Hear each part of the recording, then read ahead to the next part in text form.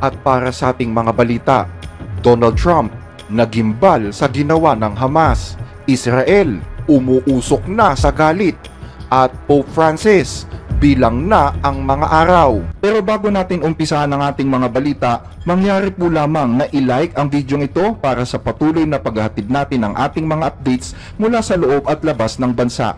Malaking tulong po ang inyong like para sa aming mga content creator. Maraming salamat po mga kababayan.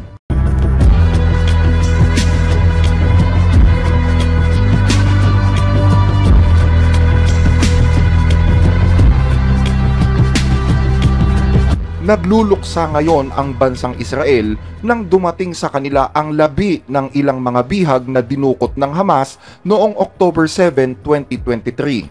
Kabilang sa mga labing ito ang katawan ng dalawang batang lalaki, ang magkapatid na Ariel at Ker Bibas. Inaasahan din sanang maibalik ang katawan ng kanilang ina, pero sa halip ay katawan ng isang batang babae na nasawi sa Gaza ang ipinalit dito.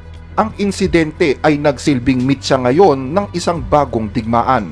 Nangangako si Israeli Prime Minister Benjamin Netanyahu na parurusahan ang grupong Hamas at sinabing maliwanag na paglabag ito sa ceasefire agreement. These Hamas monsters also cynically refused to bring back the boy's mother Shiri and sent the body of a Gazan woman instead, in brazen violation of the agreement.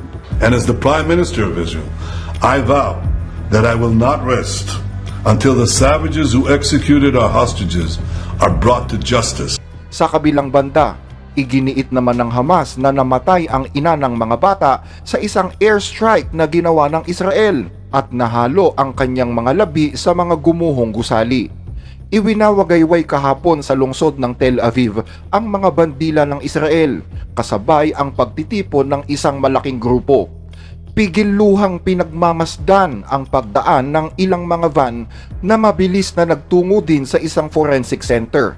Sa loob ng mga van na ito ay ang katawan ng mga Israeli hostage, kabilang ang pinakabata sa kanila na dinukot noong October 2023. Nanatili muna ang mga bangkay sa Gaza at ayon sa kasunduan ng ceasefire, dapat ibalik ang mga ito sa bansang Israel. Inilabas ang mga kabaong sa bayan ng Khan Yunis, mga kabaong na naglalaman ng dalawang bata, sina Ariel Bibas, 4 na taong gulang, at Ker Bibas, 2 taong gulang. Ang kanilang ina na si Shiri Bibas ay dapat sanang nasa isa pang kabaong, ngunit sa halip ay ibang katawan ang dumating. Nakaabot naman kay US President Donald Trump ang pangyayaring ito at sinasabing nagulantang siya sa sinapit ng magkapatid na Bibas. Yan ang sinabi ni National Security Advisor Mike Waltz noong Biyernes ng umaga sa Conservative Political Action Conference. My message, President Trump's message to those families is we are with you. His heart breaks and he is horrified by these scenes coming out. Sinabi pa ni Waltz na ang pagbabalik ng Hamas sa mga labi ng mga batang Bibas nang wala ang kanilang ina na si Shiri ay nagpapakita kung gaano sila kasuklam-suklam. Dagdag pa niya, ito ang dahilan kung bakit hindi dapat kailanman napahintulutan ang Hamas na mamuno sa Gaza.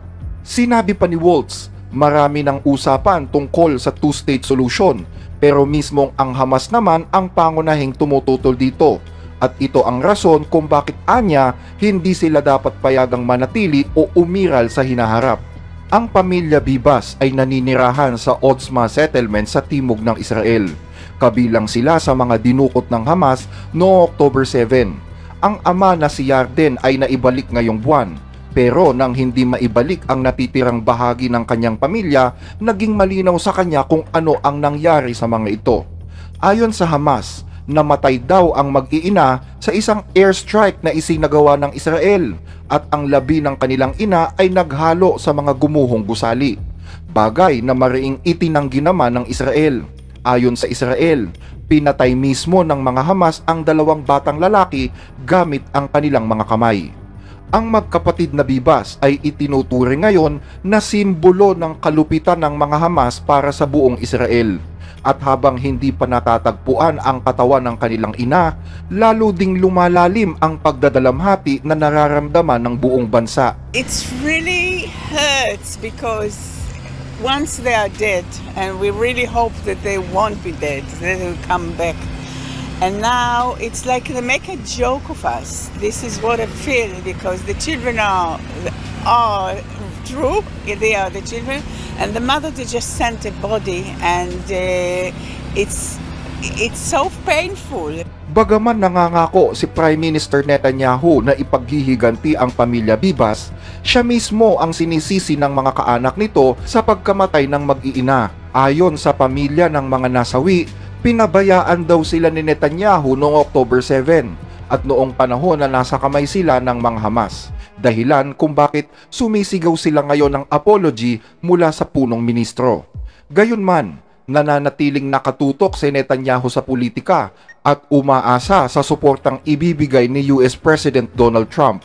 Tila naghahanda sa isa na namang matinding digmaan. Portado din ni Netanyahu ang plano ni Trump na palayasin ang mga Palestino sa Gaza at gawing isang resort town ang nasabing teritoryo. Bagay na tinututulan naman ng mga bansang Arabo na nakatakdang magpulong ngayong araw sa kabisera ng Riyadh sa Saudi Arabia. Pangunahing agenda sa pulong ay tutulan ang plano ni Trump sa Gaza at muling itaguyod ang planong two-state solution o ang pagtatatag ng Estado ng Palestina kasama ng Estado ng Israel. Sa ibang balita, Papa sa Roma, bilang na ang mga araw. Kasalukuyan ngayon na nakakonfine sa ospital ang lider ng simbahang Katoliko na si Pope Francis dahil yan sa matinding pulmonya. Mula nang dalhin sa pagamutan, sinasabing lalong lumala ang sitwasyon ng Santo Papa. Maging siya mismo ay nag-iisip na posibleng hindi na siya makaligtas, kaya't nais ngayon ng Pope na bumaba na sa kanyang posisyon. Bagaman hindi siya ang kauna-unahang Santo Papa na magbibitiw sa pwesto, ang tanong ngayon ng marami, sino naman kaya ang posibleng pumalit sa kanya?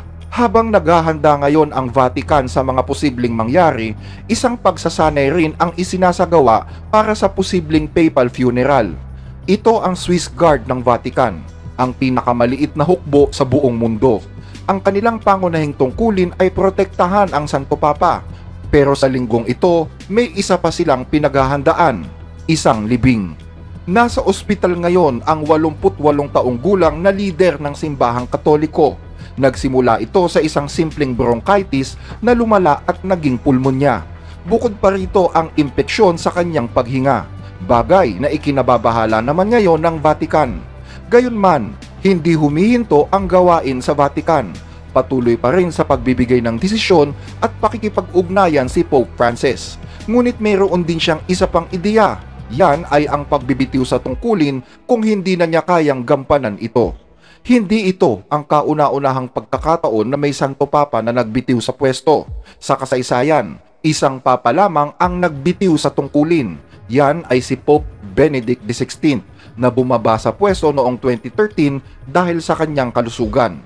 Siya ang kauna-unahang Papa na nagbitiw sa loob ng 600 taon na nagbigay daan sa pagkakahalal ni Pope Francis. Ayon sa mga record, noon pang 2013 ay isinulat na ni Pope Francis ang kanyang resignation letter bilang paghahanda kung saakaling hindi niya magampanan ng maayos ang kanyang tungkulin.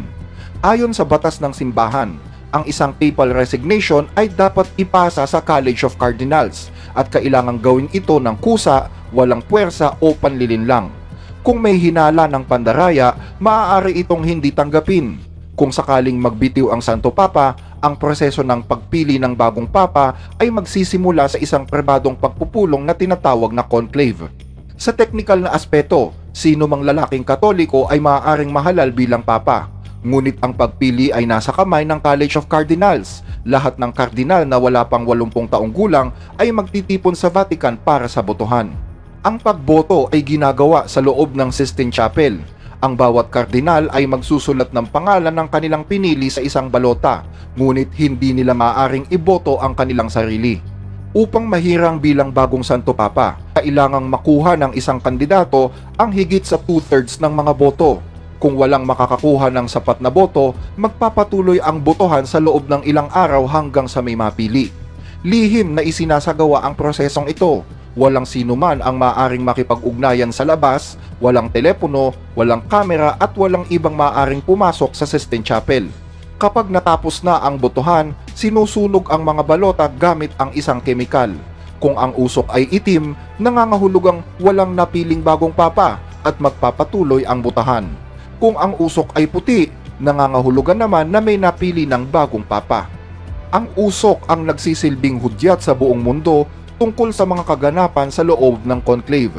Habang patuloy ang Batikan sa paghahanda para sa anumang maaring mangyari, isang bagay naman ang tiyak. Malapit nang maisulat ang kasaysayan ng pamumuno ni Pope Francis at maaaring magbago ang kinabukasan ng simbahan sa kanyang paglisan. Hanggang dito ang ating mga balita. Muli ay maraming salamat po sa inyong pakikinig.